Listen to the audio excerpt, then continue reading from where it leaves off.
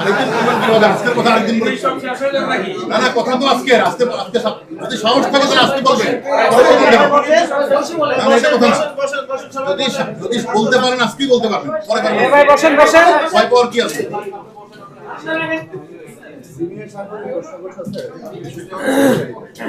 মাননীয় additional commissioner, আপনারা আজকে 4 জনকে গ্রেফতার করে বলছেন যে মেট্রো রেলে তারা হামলা চালিয়েছে, তারা সবাই জাতীয়তাবাদী ছাত্র দলের নেতা এবং এই ঘটনাটি ছাত্র শিবির জামাত করেছে, বিএনপি করেছে।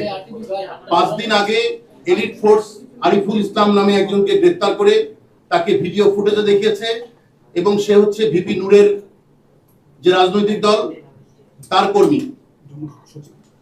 যুগ্ম সদস্য সচিব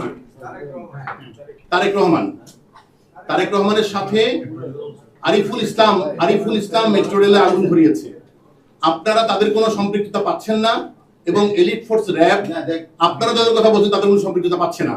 তাহলে কি বৈপরীত্য আছে কেন? আপনারা কি ভিপি নূরকে বাঁচাতে চাচ্ছেন? সেখানে আমরা আরিফ যে আপনি যার কথা বলছেন তারেক কথা বলছেন আরিফুল ইসলাম।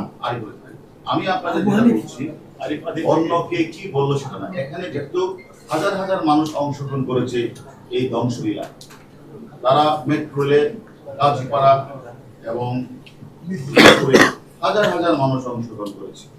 এখানে বিভিন্ন দলের থাকতে পারে, আমরা যাদেরকে গ্রেফতার করেছি তারা নেতৃত্ব দিয়েছে এবং তারা এই কাজটি করেছে, তারা স্বীকারোক্তি আমাদের কাছে প্রদান করেছে, আপনাদের আমরা সেটা বলেছি। আমার মনে করি এখানে অন্যান্য জামাত শিবির চক্রের গ্রুপ থাকতে পারে, সেখানে ভিপি নূরের চক্র থাকতে পারে। আমরা কিন্তু ভিপি নূরকেও নিয়ে আসছি রিমান্ডে, আমরা তারেককেও নিয়ে আসছি, আমরা এদিকে সবাইকে নিয়ে আসবো। আমরা মনে করি যারাই বাংলাদেশকে অকার্যকর রাষ্ট্র পরিণত করার জন্য বিভিন্ন মানুষের প্ররোচনায় অর্থ নিয়ে চেষ্টা করেছে, তারা অতীতেও সফল হয় নাই, এখনো সফল হবে না, ভবিষ্যতে সফল হবে। আমরা সেই লক্ষ্যেই আমরা কাজটা করছি এবং আমরা সবাইকে কিন্তু আপনি দেখেন একে আমরা অনেককেই গ্রেফতার করেছি এই ঘটনা যারা সংশ্লিষ্ট ছিল এবং আরো যাদের নাম আমরা পেয়েছি। আপনাদের আমরা কথা দিয়েছিলাম আমার পুলিশ ভাইয়ের উপরে যারা হামলা করেছে, হত্যা করেছে, তাদেরকে আইনের আওতায় নিয়ে আসবো। আমরা কিন্তু অনেককে নিয়ে এসেছি। আমরা সাধারণ মানুষকে যারা পিটিয়ে ঝরিয়ে হত্যা করেছে তাদের অনেককে আমরা কিন্তু আইনের আওতায় নিয়ে এসেছি। আমরা মনে করি মেট্রো রেলে যারা আগুন লাগিয়েছিল, আমরা ছাত্র দলের অনেক নেতৃবৃন্দ, তাদের বস যারা হুকুম দিয়েছে সকলের নাম আমরা পেয়েছি। সকলেই কিন্তু ম্যাক্সিমামই কিন্তু আমাদের কাছে আছে, তারা কিন্তু স্বীকার করেছে। আমি মনে করি আমরা একটা গণতান্ত্রিক সরকার ব্যবস্থায় যারা উঠা আন্দোলনের নামে অরাজকতা সৃষ্টি করতে চায়, আমরা বাংলাদেশের সাধারণ নাগরিক হিসেবে তো আপনারা ছাড়তে পারেন না, আপনারা তো ছাড়তে পারেন। যারা এই কাজটা করেছে আপনারা কিন্তু সাধারণ জনগণ হিসেবে আপনারা তাদেরকে ধরার এখতিয়ার আপনাদের আছে।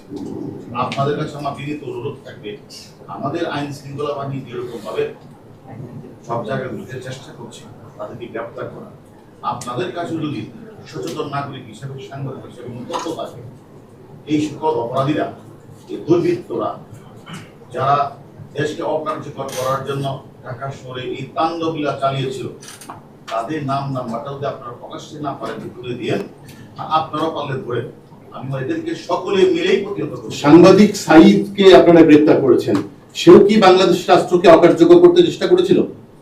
আমরা তদন্ত করছি। আরেকটা বিষয় বলি যে আমরা যাদেরকে নিরাপত্তার স্বার্থে আমরা নিয়ে এসেছি, সেফটি এবং সিকিউরিটির স্বার্থে, আমি এটাও বলবো, আমরা আগে যেমন বলেছি যে আমরা টিভিতে আমরা তাদেরকে জিজ্ঞাসাবাদ করছি, আমি তাই তাদের সেফটি সিকিউরিটির কথা চিন্তা করে আমরা তার পরিবারের কাছে অনুরোধ করবো, মানে দুশ্চিন্তা করার মতো কিছু নেই। আমরা মনে করি তাদের সেফটি সিকিউরিটি আমরা দেখছি এবং তার পরিবারের জন্য নিশ্চিত থাকে সেটা আমরা তাদেরকে আশ্বস্ত করতে চাই। এই নিয়ে কোনো চিন্তা না